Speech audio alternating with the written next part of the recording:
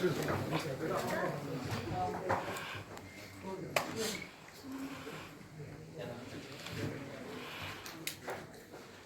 थोड़ा नीचे रखिए।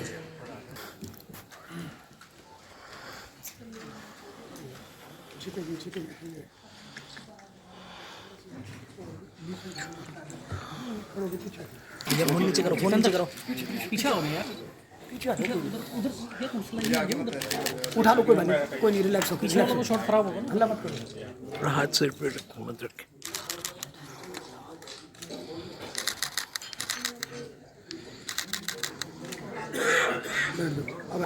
मेरा प्रणाम। आज हम सब इकट्ठा हुए हैं कि आज एक श्रीलंका की जो हम आगामी 26 मई से 1 जून तक जो रामायण के स्थल हैं उनका दर्शन करने के लिए 108 सदस्यीय प्रतिनिधि मंडल हमारा जा रहा है श्रीलंका। ये 2008 से जा रहा है सानिध्य में अजय भाई जी के, पूज्य अजय भाई जी के।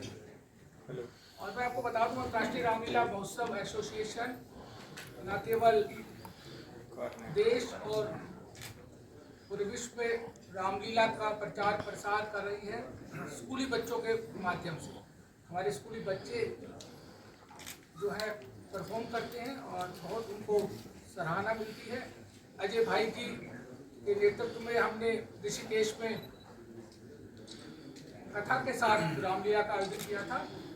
और अभी जो गीता जयंती आई थी उसमें भी दिल्ली में लाखों बच्चों ने गीता पाठ किया, एक साथ एक गीता पाठ, जिसमें पब्लिक स्कूल और गवर्नमेंट स्कूल के बच्चे भी थे। और लगभग 4 करोड़ हमारे श्रद्धालुओं ने पूरे विश्व में और देश में उस दिन 11 बजे गीता पाठ किया 300। तो आज हमारे बीच में हमें बहुत खुशी है कि हमारे माननीय अध्यक्ष भारतीय जनता पार्टी वीरेंद्र सचदेवा जी हमारे बीच में हैं और वो आपको बताएंगे।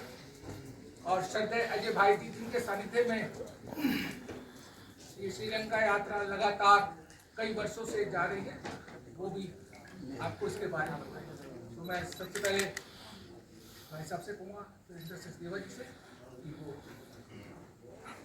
कराएं।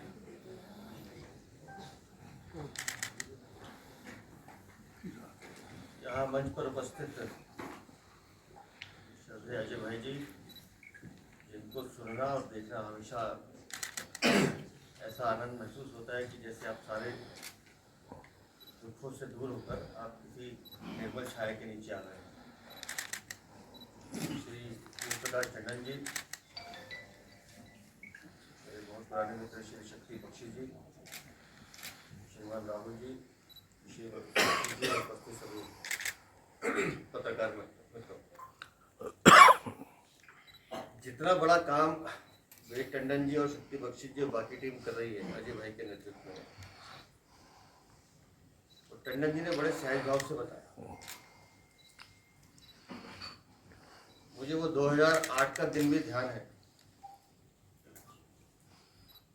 जब पहली बार श्रीलंका से जब निमंत्रण आया सरकार का कि इस तरह से जो राम जी के तीर्थ स्थान या माता सीता के जो तीर्थ स्थान वहाँ पर हैं, जहाँ हनुमान जी के हैं, उसको एक विरासत कल्चर के रूप में सरकार हमें डेवलप कर रही है। और भारत से यहाँ कुछ लोग आए, और मेरी अगर याददाश्त ठीक है भाई, तब भी 108 लोग थे, तब भी 108 श्रद्धालु वहाँ गए थे। और तब से लेकर अब तक लगातार हर वर्ष ये यात्रा होती है। अशोक वाटिका में जाना होता है, जहाँ माता सीता का रहना हुआ। ऐसे सभी स्थल, धार्मिक स्थल, जहाँ जहाँ राम के अंश लगे या जो भी अपने रामायण से संबंधित ऐसे जगह हैं, वहाँ जाना और वहाँ कीर्तन करना, प्रभु भगवान की आरती करना, ये अपने आप में बड़ा अद्भुत रहता है।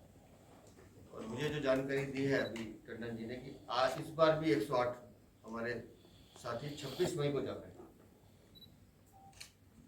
और वहाँ पर इस बार भी इसी तरह का कार्यक्रम रहने वाला है। पूरा देश और पूरा विश्व इस समय राम में है, हर जगह राम की चर्चा है। और प्रभु श्री राम मंदिर की प्राण प्रतिष्ठा के बाद हम सब ने मिलकर पहली रामनवमी भी बड़े धूमधाम से मनाई, पहली हनुमान जन्मोत्सव भी धूमधाम से मनाया। उस दिन सभी दिल्ली में हनुमान चालीसा का पाठ कर रहे हैं। और संयोग देखिए कि आगामी 17 तारीख को श्री राम मंदिर प्राण प्रतिष्ठा के बाद पहली सीता नवमी भी आई। मैं तो चाहूंगा अजय भाई से सीता नवमी के दिन भी कुछ ऐसा आपका संकीर्तन हो जाए, ऐसा संदेश चला जाए, क्योंकि उस सीता नवमी के बाद आप लोग सीधा सीधा 25 तारीख को चुनाव खत्म होंगे और 26 को आप लोग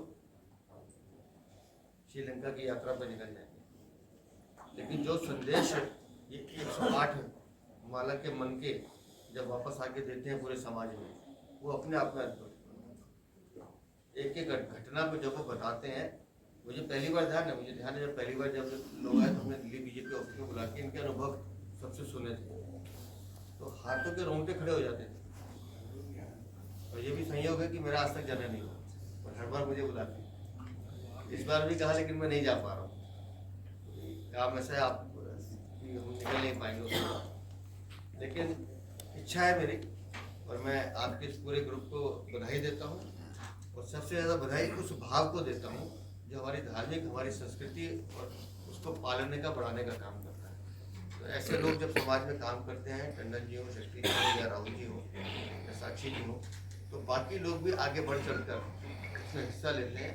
और हमारे समाज में मुझे जहाँ तक मैंने अपने राजनीतिक अनुभव में देखा है कि जब भी कोई आप अच्छा काम करें तो पूरा समाज आपको अनुसरण करता, आपके पीछे पीछे चलता है। तो एक बार पुनः आप सबको बधाई देता हूँ। और अजय भाई को इसलिए कि यहाँ तो हम इनके वाणी वचन सुनते हैं, लेकिन जब श्रीलंका में जब कीर्तन होता है और वहाँ जब राम धुन बजती है, तो आप समझिए विदेश में जब राम धुन बज रही हो तो पूरा देश यहाँ गौरवान्वित होता है कि हाँ, हमारी संस्कृति, हमारा कल्चर पूरे विश्व में अपनी पहचान बनाता है, उस पहचान को जिंदा रखने का काम करता है। इसलिए एक बार पुनः आप सबको बहुत शुभकामनाएं, बहुत बहुत बधाई, बहुत बहुत धन्यवाद।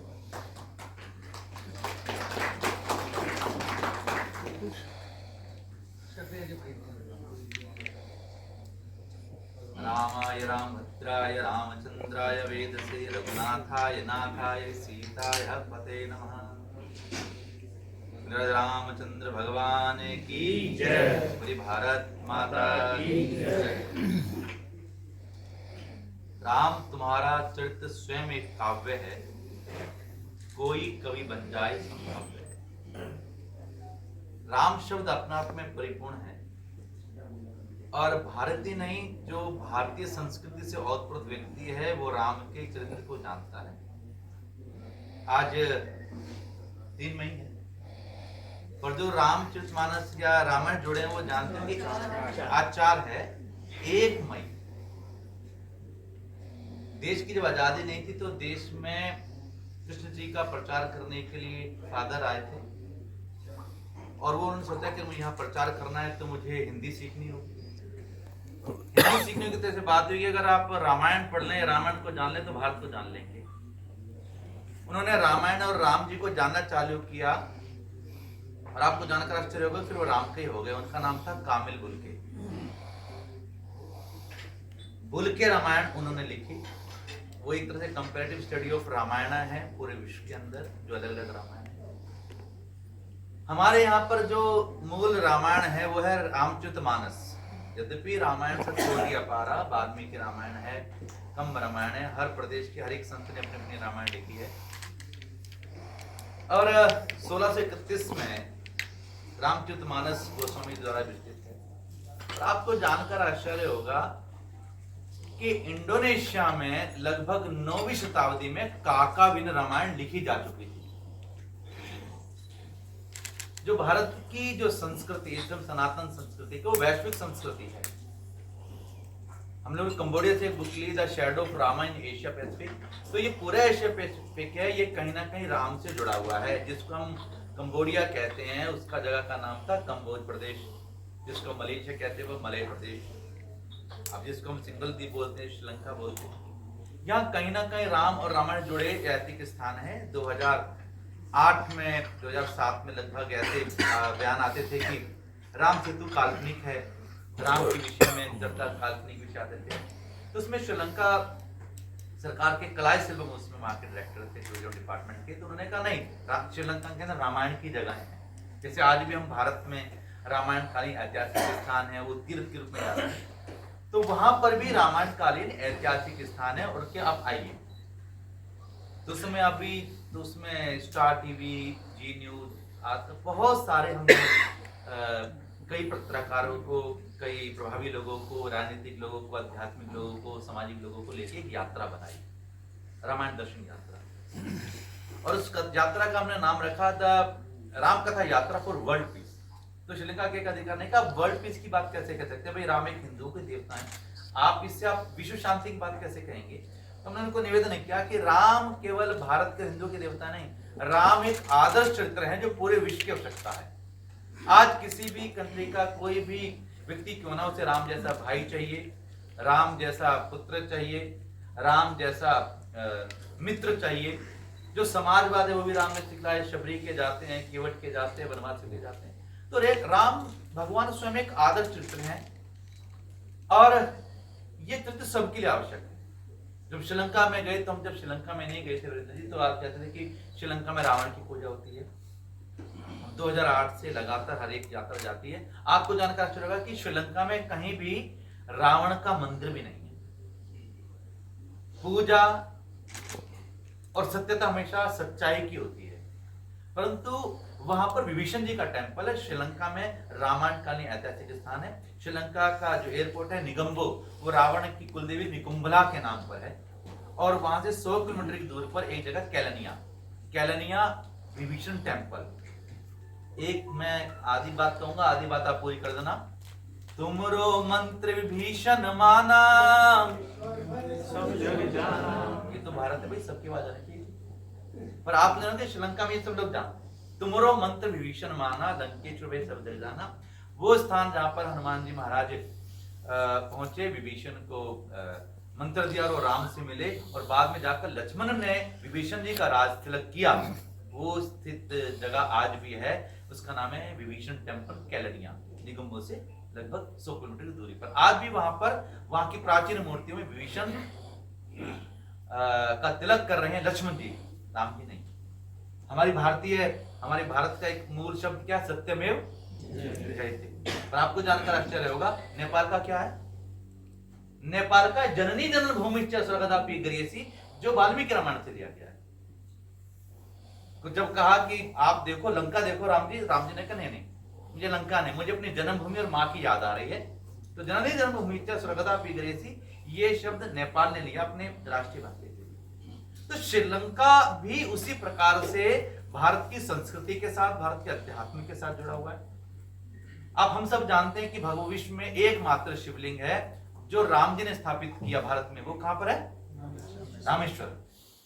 जब भगवान विजय के लिए चले तो रामेश्वर जी की स्थापना की, रामेश्वर जी की पूजन किया। परंतु जब युद्ध विजय के बाद वापिस चलने लगे तो आकाशवाणी हुई कि आपको ब्रह्महत्या का दोष लगा है, उस दोष के निवारण के लिए आपको शिव को मनाना पड़ेगा। तो जब नीचे उतरे पुष्पक से, तो वहां पर माता सीता ने बालू एकत्रित करना प्रारंभ किया। राम जी ने कहा क्या कर रही है? तो ने कहा अगर आप शिव का आह्वान कर सकते हैं, मना सकते हैं, तो मैं भी उनका आह्वान कर सकती हूँ। इसलिए युद्ध उपरांत ब्रह्महत्या के दोष के निवारण के लिए पूरे विश्व का एकमात्र शिवलिंग जो सीता ने स्थापित किया वो है मुनीश्वरम। इस कैलनिया से लगभग 150 किलोमीटर आगे, जिसका वहां दर्शन किया जाता है। आज भी आप गूगल में देख सकते हैं मुनीश्वरम शिवलिंग। और इसके साथ जो आगे बढ़ते हैं इस यात्रा में, ये लगभग सप्ताह भर की यात्रा है, जिसमें श्रीलंका स्थित रामायण कालीन ऐतिहासिक स्थान जिन पे सुलभता से जाया जा सकता है, उनका दर्शन यात्रा होती है। और उसके बाद एक जगह रामबोड़ा, जहाँ हनुमान जी उतरे, माना जाता है कि हनुमान जी वहां पहली बार पदार्पण किया, तो वहां पर भी चिन्ह मिशन ने एक मंदिर बनाया है। इसके बाद श्रीलंका का जो एक सबसे आकर्षण का स्थान है वो है अशोक वाटिका। श्रीलंका की सबसे सुंदरतम जगह में सीता एरिया जगह है, जिसे नोरीलाई बोलते हैं। वहां पर अशोक वाटिका आज भी है। और इसके लिए श्रीलंका ने पूरे विश्व से शोधार्थियों को एकत्रित किया, उस पर रिसर्च करवाई। पर आपको जब आपकी देखें कि आज आपका कहीं गांव है जिसको आपने उस गांव का नाम अपने माता पिता के से सुना है, पर आप गए नहीं है, पर आप कभी उस गांव को घूमते घूमते जाएंगे तो देखेंगे वो गांव इसी नाम से वहां स्थित है। आज भी उस स्थान पर, जिसको हम सीता एलिया नुरेलिया कहते हैं, वहां पे सीता अम्मा टेम्पल है, जिसको अशोक वाटिका के रूप में जाना जाता है, जहां पर अष्ट सिद्धि नवनिधि के दाता दीन जानकी माता, ये वो स्थान है। और जैसे वीरेंद्र भैया ने बताया कि जब राम को मानते हैं तो इस हॉल में भी अगर आप बैठे हैं तो कहते हैं हमारा देश बदल रहा है, उसका प्रमाण क्या है? दिल्ली में रेडन होटल है 5 स्टार, पर इसके ऊपर आप नजर उठा के देखें चारों तरफ, ये श्रीयंत्र बने हुए हैं। पहचान है ना, हमारी संस्कृति पहचान है, श्रीयंत्र है। ऐसी जो श्री है वो लक्ष्मी जी है, वो सीता जी है। तो हमने अब इस यात्रा को नारी सशक्तिकरण के साथ जोड़ा है। हमने 2021 में सीता नवमी महोत्सव किया था, जिसमें लगभग 22 कंट्री के एम्बेसडर बुलाए। What is the woman empowerment? नारी सशक्तिकरण क्या होता है, ये सीता जी के चरित्र से आप जान सकते हैं। एक बेटी कैसे हो, एक नारी कैसे हो, एक पत्नी कैसे हो, एक माँ कैसे हो और एक महारानी कैसे हो, ये सीता जी के हम चरित्र से हम सीख सकते हैं। कोई भी विश्व की आदर्श नारी की हम बात करें जो अपना पूरा जीवन जी रही हैं, एक बिटिया के रूप में, एक पत्नी के रूप में, एक माँ के रूप में, एक महारानी के रूप में, एक देवी के रूप में, तो सीता जी का चरित्र कोई भी उसको अनुसरण कर सकता है। तो हमने पिछली बार 2023 में हम लोग पहले जनकपुरी गए, जो सीता जी की जन्मभूमि है, जनकपुर, और उसके बाद वो उनकी जन्मभूमि है। फिर हम लोग अयोध्या जी गए, जो उनकी कर्मभूमि है, ससुराल कर्मभूमि होता है ना, तो जन्मभूमि हम जनकपुर गए, फिर हम कर्मभूमि उनके अयोध्या जी गए, फिर सीता जी की तपोस्थली वो अशोक वाटिका, जहां पर केवल राम सीता जी राम के आधार पर रही, तृण धरी ओट कहते वे देही सुमरी वतपति परम से नहीं, उनकी तपोस्थली श्रीलंका अशोक वाटिका गए। तो ये एक श्रृंखला है कि जो भारत को हमारे आसपास के देशों से जोड़ती है, उसकी संस्कृति प्रबुद्ध करती है। और जैसे ग्रामीण लोग होते हैं ना, वो अपने खेतों में बार बार जाके देखते रहते हैं कि वो ठीक हैं। अगर वो बार बार जाकर उनकी चौकसी करते हैं, देखते हैं, तो सुरक्षित रहते हैं। 2008 से श्रीलंका की यात्रा चल रही है, उसका प्रमाण ये है, उसका लाभ ये है कि वो स्थान जो अभी तक विश्व पटल पे नहीं थे, अंतर्राष्ट्रीय टूरिज्म में नहीं थे, ये सारे स्थान अब श्रीलंका के इंटरनेशनल टूरिज्म की जगह बन चुके हैं। और पूरे विश्व से जो भी भारतीय हैं, जैसे फिजी है, मॉरिशस है, ट्रिनिडेड टोबैगो है, साउथ अफ्रीका है, वहां से भी लोग अपने राम की खोज में, अपनी रामायणी खोज में अब श्रीलंका में आने लगे।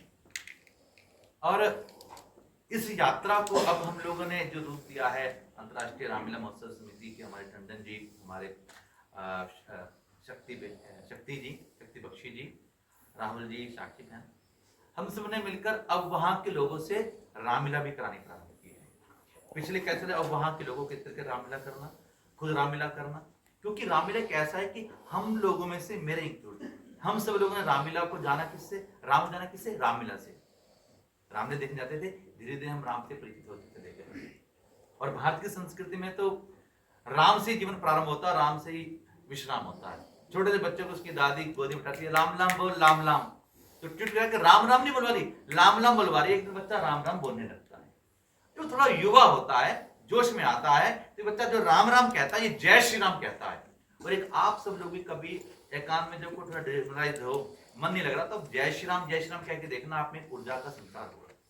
तो राम राम बालपन की अवस्था, जब युवा हुए तो उत्साह जय श्री राम में, फिर जब थोड़ा आगे बढ़े, रामायण पढ़ी, तब बोलते हैं जय जय सीताराम, सारे संत जय जय सीताराम उच्चारण करते हैं। और जिस दिन हमारा बोलना बंद हुआ तो सारी दुनिया में सुनाती है राम नाम सत्य है, सत्य बोलो। तो ये भारत ही नहीं, पूरे विश्व के अंदर ये राम की संस्कृति है। श्रीलंका में इस बार भी 26 मई से ये यात्रा जाएगी, रामायणकालीन ऐतिहासिक स्थान का दर्शन होगा, वहां पर पूजा अर्चना होगी। वहां के जो सामान्य लोग हैं, वहां के जो तमिल लोग हैं, उनसे मिलना होता है। उनको अच्छा लगता है कि हाँ, अब हमारी संस्कृति को जानने वाले, इसको प्रमोट करने वाले लोग यहाँ पे आ रहे हैं। और आपको जानकर प्रसन्नता होगी कि 2023 6 मई 2023 को हम श्रीलंका में राम सेतु पर गए थे। तो वहाँ पे भी एक बड़ा प्रोजेक्ट चल रहा है। जैसे आप श्रीलंका का पंजाब का कॉरिडोर है जो करतारपुर, आप भारत से करतारपुर कॉरिडोर से होके वापस आए थे पुणे, वहां का दर्शन करके, तो संभवतः होगा कि आने वाले समय में आपको इसकी सूचना मिलेगी कि जो लोग रामेश्वर जाएंगे वो चोपर से आधे पौने घंटे में और एक छोटी फेरी से 1.5-2 घंटे में इधर श्रीलंका में जाकर केतुएश्वर टेम्पल है और उसका दर्शन करके आ पाएंगे। ऐसा श्रीलंका सरकार ने प्रयास किया और मोदी जी को भी ये रिपोर्ट दी गई है। तो वास्तव में आसपास के राष्ट्र में सांस्कृतिक समन्वय होगा तो पड़ोसी अच्छे होते हैं, तो सब कुछ अच्छा भाव बना रहता है। तो इसी भावना से निरंतर अपने ऐतिहासिक स्थानों के संरक्षण के लिए, संवर्धन के लिए, वहाँ के अन्वेषण खोज के लिए ये निरंतर यात्रा जाती है। उसकी वहाँ पर श्रीलंका में बहुत सारी साइट हैं जो वहाँ के ग्रामीण बताते हैं, वहाँ की किताबें बताती हैं, वहाँ के मंदिरों पर भी वो चित्र बने हुए हैं। तो ये यात्रा इस तरह से निरंतर की जा रही है। शक्ति बख्शी जी, और साथ में एक बता दें कि 17 तारीख को हम लोग फिर सीता नवमी महोत्सव जरूर मनाएंगे अंतर्राष्ट्रीय रामलीला महोत्सव समिति के साथ और जगह जगह जाके। और यहाँ पर सब प्रेस से संबंधित लोग हैं। जैसे हम लोग रामनवमी मनाते हैं, राम जन्मोत्सव मनाते हैं, वैसे सीता जन्मोत्सव मनाना चाहिए। 8 मार्च क्या होता है? Women's day. वुमेन्स डे होता है। क्यों होता है भाई? अंतर्राष्ट्रीय महिला दिवस मनाते हैं तो कारण होगा ना, कोई ना कोई कारण होगा। ठीक है जी, कारण खोजना है। वैसे यूएस के अंदर वोटिंग राइट मिला था वुमेन्स को, इसलिए इंटरनेशनल वुमेन्स डे मनाया जाए। फिर सेकंड संडे ऑफ मई क्या मनाते हैं आजकल? Mother's day. हम लोग ऑस्ट्रेलिया न्यूजीलैंड के बीच में वीरेंद्र जी एक छोटी कंट्री है फिजी, जहाँ बहुत सारे भारतीय हैं। वहाँ हम वृद्धाश्रम ओल्ड एज होम में गए, मदर्स डे पे हमें लेके गए कि आप भारत से आए हैं तो आप मदर्स डे पर यहाँ पर कुछ कहें। तो मैंने कहा जी मैं उस देश से आया हूँ जहाँ every day is mother's day. हम आज भी अपने माता पिता के साथ रहते हैं, एक दिन नहीं उनको पूरा जीवन।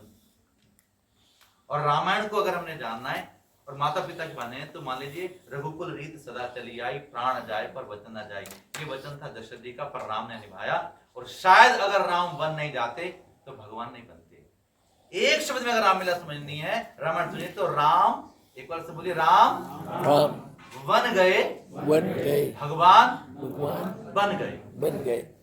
किसी का आदर, किसी का त्याग, समर्पण ही उसको जीवित रखता है, उसका आदर को।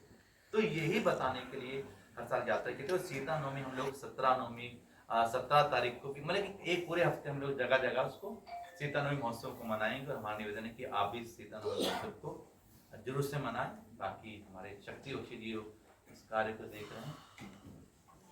मीडिया के सभी पत्रकार बंधुओं का मैं हार्दिक स्वागत करता हूं। और हमारे बीच आज भारतीय जनता पार्टी के दिल्ली प्रदेश अध्यक्ष श्रीमान वीरेंद्र सचदेवा जी, मैं भाई साहब का बहुत धन्यवाद और आभार प्रकट करता हूं कि आजकल चुनावी माहौल में अपनी इतनी व्यस्तताओं के कारण भी वो हमारे इस कार्यक्रम में आए और अपना कीमती समय में दिया। भाई साहब का बहुत बहुत धन्यवाद और आभार। और अगली बार तिथि आपके अनुसार भी रख लेंगे। मुझे याद है राजा सिंह जी ने जब स्वागत किया था 2010 में, तो उनकी भी इच्छा थी। वास्तव में ये विषय ऐसा है कि जो सबकी उत्सुकता रहती है श्रीलंका और उसके स्थानों को जानने के विषय में, तो ये मंगल कार्य है। और इस समय भारतीय संस्कृति का पूर्ण जागरण है। और जो मोदी जी ने पूरे विश्व के अंदर जो माहौल बनाया हुआ है संस्कृति को लेकर, सद्भावना को लेकर, सेवा को लेकर, वो अपने आप में पूर्ण है। और हम सब लोगों को इसका उपयोग अच्छे से करना चाहिए कि हम आने वाली संतति को, आने वाली जनरेशन को एक अच्छा भारत, विकसित भारत और विश्व गुरु भारत हम देकर जाएं। मैं आदरणीय अजय भाई जी का भी नमन करता हूं। अजय भाई जी से मेरा रिश्ता बहुत पुराना है और समय समय पर मुझे आशीर्वाद देते रहते हैं और मेरा मार्गदर्शन करते रहते हैं। आज हमारी अंतर्राष्ट्रीय रामलीला कमेटी की सभी टीम बहुत ही हर्षित और बहुत ही आनंदित है कि इस पुनीत और पावन यात्रा में अंतर्राष्ट्रीय रामलीला टीम की सहभागिता भी दर्ज होने जा रही है। काफ़ी समय से अजय भाई जी से चर्चा चल पा रही है कि यात्रा चलेगी, इसमें लोगों को बहुत गठन होगा। तो हमारे अंतर्राष्ट्रीय रामलीला टीम से हमारे अध्यक्ष श्री वेद प्रकाश टंडन जी सपरिवार इस यात्रा में जा रहे हैं और अपने समाज के सभी लोगों को साथ जोड़कर ऐतिहासिक स्थलों का दर्शन के लिए श्रीलंका लेके जा रहे हैं। मैं अध्यक्ष जी का साधुवाद देता हूँ। हमारी रामलीला कमेटी का उद्देश्य अजय भाई जी की अध्यक्षता में हर वर्ष राम के नाम को जनमानस तक पहुंचाने में लगा रहता है। हमने कमेटी ने परमार्थ इंटरनेशनल ऋषिकेश, कुरुक्षेत्र, अयोध्या सभी अलग अलग हर वर्ष अलग अलग स्थानों पर रामलीला का आयोजन किया। ओरछा में और इस वर्ष भी श्रीलंका यात्रा में हमारा सहयोग है और अजय भाई जी की अध्यक्षता में यात्रा हो रही है। इसको लेकर हम बहुत आनंदित हैं। अब मैं राहुल जी को कुछ कहना है आप कहिए। सभी मीडिया पर्सनालिटीज़ को यहाँ पे बहुत बहुत स्वागत है। आदरणीय वीरेंद्र सचदेवा जी, आदरणीय योग्य डॉक्टर वेद प्रकाश टंडन जी, श्रद्धेय अजय भाई जी, शक्ति जी, बहन साक्षी जी, मैं बहुत बहुत सबका आभार प्रकट करता हूँ कि यहाँ पे मुझे सब लोगों ने एक मौका दिया ऐसे सुंदर प्रोग्राम में काम करने का, कमेटी में लेकर आए। और ख़ास तौर से वेद प्रकाश टंडन जी का, जिनके नेतृत्व में मैंने ओरछा जैसी पवित्र जगह पे, राम जी की जगह पे और ऋषिकेश परमात्म निकेतन में मुझे एक अंतर्राष्ट्रीय रामलीला में काम करने का मौका मिला। बहुत बहुत धन्यवाद।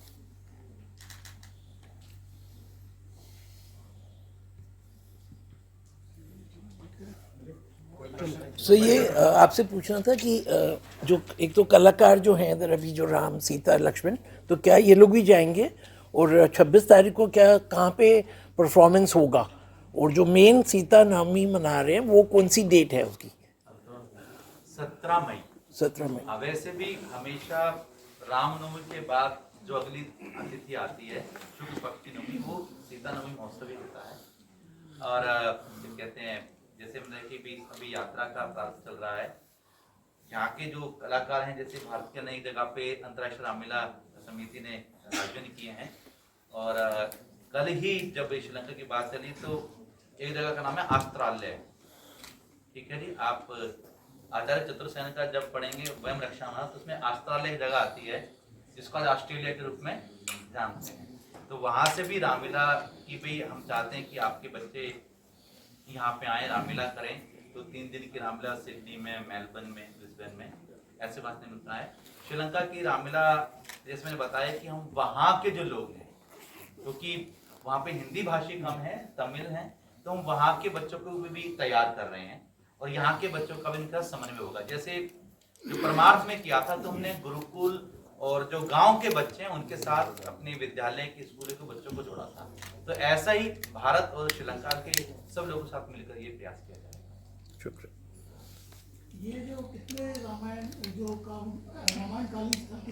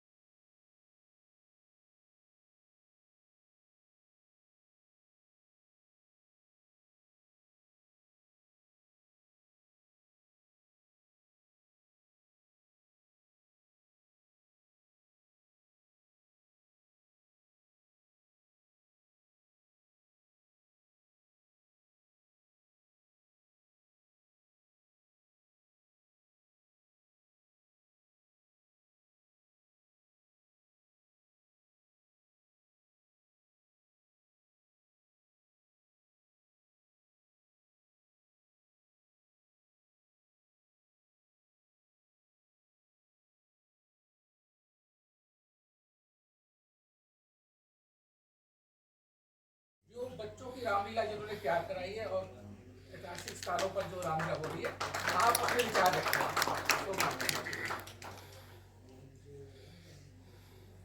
तो ऐसा है कि अंतर्राष्ट्रीय रामलीला महोत्सव एसोसिएशन के अंतर्गत कोविड काल में जब रामलीलाएं दिल्ली की भारत में सब जगह बंद हो गई थी, तब हमारे चेयरमैन आदरणीय डॉक्टर वेद प्रकाश टंडन जी ने सोचा अयोध्या में सरयू नदी के तट पर हम प्रोफेशनल आर्टिस्ट के साथ में रामलीला करवाएं ताकि लोग उसको देख सकें।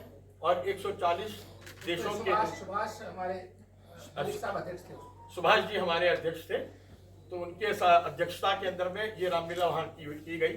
और उसके पश्चात 2021 के अंदर में ओरछा में बेतवा नदी के तट पर हमने ये रामलीला प्रोफेशनल आर्टिस्ट के थ्रू ही करी। उसके पश्चात सर का विचार हुआ कि हम प्रोफेशनल आर्टिस्ट से काम ना कराकर अपने स्कूल के बच्चों द्वारा क्यों ना रामलीला को करें, ताकि बच्चों के अंदर में भारतीय संस्कृति और संस्कार के जो भी है वो जाएं, ताकि लोगों को पता लगे कि हमारे बच्चे संस्कृति संस्कार कैसे ले कर रहे हैं। क्योंकि आजकल तो आप देख ही रहे हैं कि बच्चों के अंदर में गुड मॉर्निंग नमस्ते का कोई बहुत कम है, लेकिन हमने पूरा प्रयास किया। 2 साल पहले सर ने मुझे और श्री भगवान जी हमारे व्यास जी उनको म्यूजिक डायरेक्टर के तौर पर नियुक्त किया और हमें रिस्पॉन्सिबिलिटी सौंपी कि आप स्कूल के बच्चों को, जिनमें कमल मॉडल सीनियर सेकेंडरी स्कूल के बच्चे, वंदना इंटरनेशनल स्कूल के बच्चे और गुरुग्राम में ग्लोबल हाइट्स के बच्चे, इन तीनों स्कूलों के बच्चों की टीम को लेकर हमने रामलीला तैयार की। और वो रामलीला अजय भाई जी की अध्यक्षता में परमार्थ निकेतन में 2022 में हमने पहली बार वहां करी। उस रामलीला के अंदर में अजय भाई जी की कथा और हमारे बच्चों का मंचन दोनों साथ साथ चलता रहा। उसके पश्चात 2023 के अंदर में सर का विचार हुआ कि भाई हम कुरुक्षेत्र के अंदर में, क्योंकि एक ये रही है कि संस्कृति के नाम पर हम किसी नदी के तट पर, किसी सरोवर के तट पर अपने बच्चों की रामलीला करवाएं। तो पहली रामलीला अयोध्या में सरयू तट पर, दूसरी ओरछा के अंदर में बेतवा नदी के तट पर, फिर तीसरे हम ब्रह्म सरोवर के नजदीक स्वामी दयानंद जी के आश्रम में गीता ज्ञान संस्थानम में 10 दिन की रामलीला हमने इस बार नवरात्रों में करी। और उस रामलीला को आसपास के सभी लोगों ने, करनाल से भी आए, सोनीपत से भी आए और इधर अम्बाला से भी लोग आए और कुरुक्षेत्र के लोगों ने, स्वामी दयानंद जी का इतना हमें आशीर्वाद मिला कि बहुत ही बढ़िया रामलीला वहाँ पर गई। उसके पश्चात हम रामलीला की हमने इस्कॉन में भी करी कि हमने उस 10 दिन की रामलीला को 2.5 घंटे की बना दिया। और इस्कॉन में राम महोत्सव जब हुआ 27 मार्च को, तो हमने वहाँ पर 2.5 घंटे की रामलीला शुरू से आखिर तक, राम जन्म से लेके और राज तिलक तक की वहाँ 2.5 घंटे की रामलीला करी। उसके पश्चात हमने वही रामलीला ओरछा के अंदर में राम महोत्सव हुआ वहाँ पर करी। अयोध्या के अंदर में रामलीला के कुछ अंश हमने राम रत्न सम्मान के लिए भी की। उसके पश्चात 3 सितंबर को अंबेडकर इंटरनेशनल में ये रामलीला हुई 2.5 घंटे की। और लवकुश रामलीला में अभी हमने यही रामलीला 3 सितंबर को करी और फिर हम ये रामलीला वहाँ करके आए। तो ये सभी रामलीला स्कूल के बच्चों द्वारा की गई है और सभी इस रामलीला को सब लोगों ने बहुत ही सराहा। धन्यवाद।